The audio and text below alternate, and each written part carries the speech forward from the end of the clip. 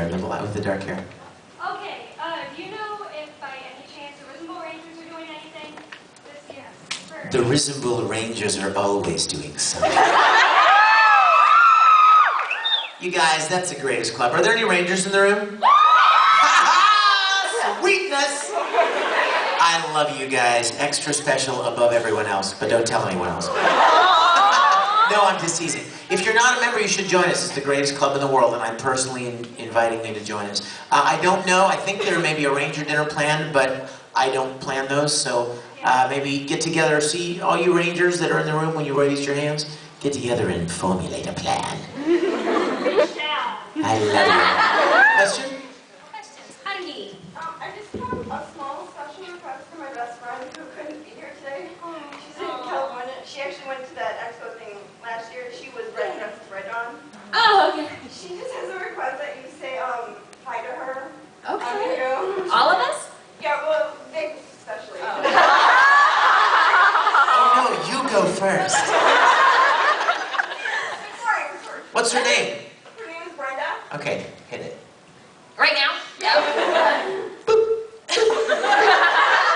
Do you have to be Haruhi? It can be anybody you want. Yeah. Hi Brenda, I'm Chris Sabat. It's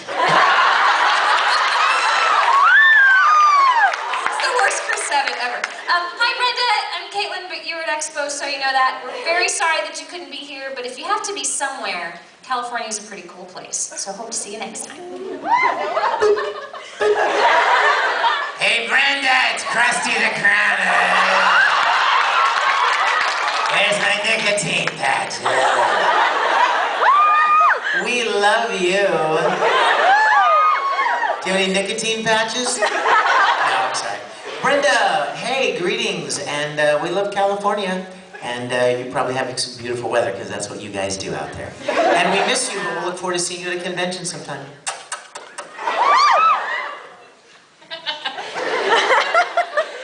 Brenda, Vic is actually a little bit of a dork. I hate to be the one to tell you this.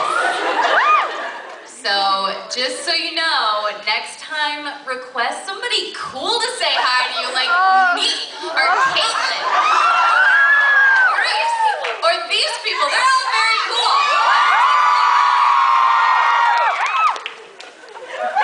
Hi, Brenda.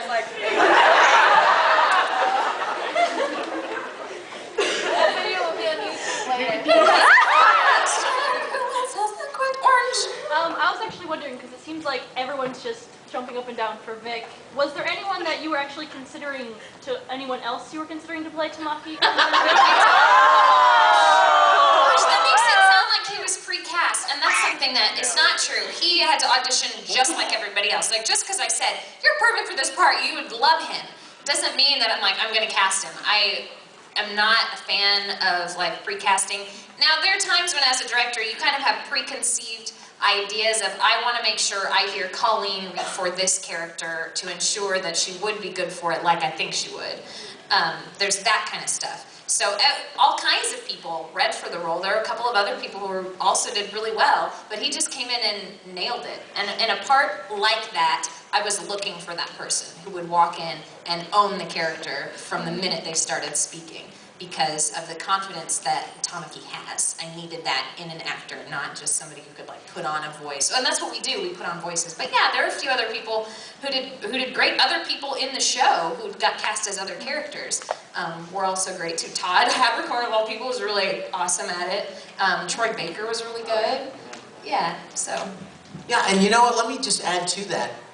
When Funimation got the show, and suddenly, like, I could actually imagine that we would do it, and that I might even get to play this role. I was with Caitlin one day, and I'm like, yeah, so we're gonna do the show, right? and she's like, yes, we'll be casting, holding auditions here. And I was like, wait a minute, I was doing perfect! You were perfect for the role! And she's like, I'm not going to give in to that kind of thing. I'm going to hold auditions, and she's a very ethical girl, and she knows what she's looking for, and she's going to do the right thing. And some people think that just because we're friends, that she would let me play the role. Quite the opposite. it's because we are such good friends that Caitlin would never want anyone to say, oh, she just let him play the role because they're friends. Which they said anyway. Yeah, so she went, you know, she totally took the high road. And I remember when I went into audition, well, I walked in and here's this book with all the characters, right? And I walk in and she goes, okay, we know who you want to read for. And so, you know, I went in and I auditioned for Tom McGee. You were so nervous. Too. I was. I've Nervous. never been so nervous after doing, you know, 80 shows and then coming to do this. But it, like I said, it was one of those you set your sights on, you know, and you just imagine playing it, and you don't want to do that because it's kind of a jinx. But as soon as I read it, I was like, ah, okay. And I looked at her and she went, "You want to read for anybody else?" I was like, ooh. Like, okay, I'll read for one of the twins, and I'll read for Kyoya, and I'll read for anything. So, but it was really a dramatic. It was a very suspenseful, dramatic audition for me. And I was in Hawaii at KawaiiCon when Caitlin called and said that I was going to get to play that role, and it was a wonderful day. Question? Oh, we have 10 minutes. Thank you for that question. Good question. We'll try to be In the back. Yeah.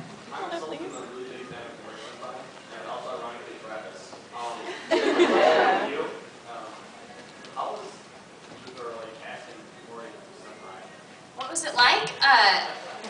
I knew that the voice needed to be quite low, and we don't have that many people who can have very low voices and sound kind of young enough and also have like a sexy sound to it. And most people figured it would be Chris Sabat, you know, we've talked about him today.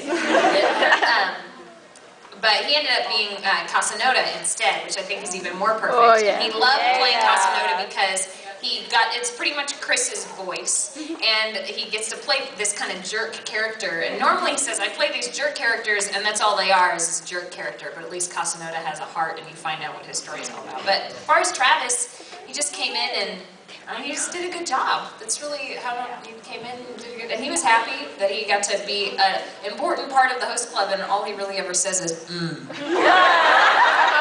fancy tuna. Fancy tuna. Yeah.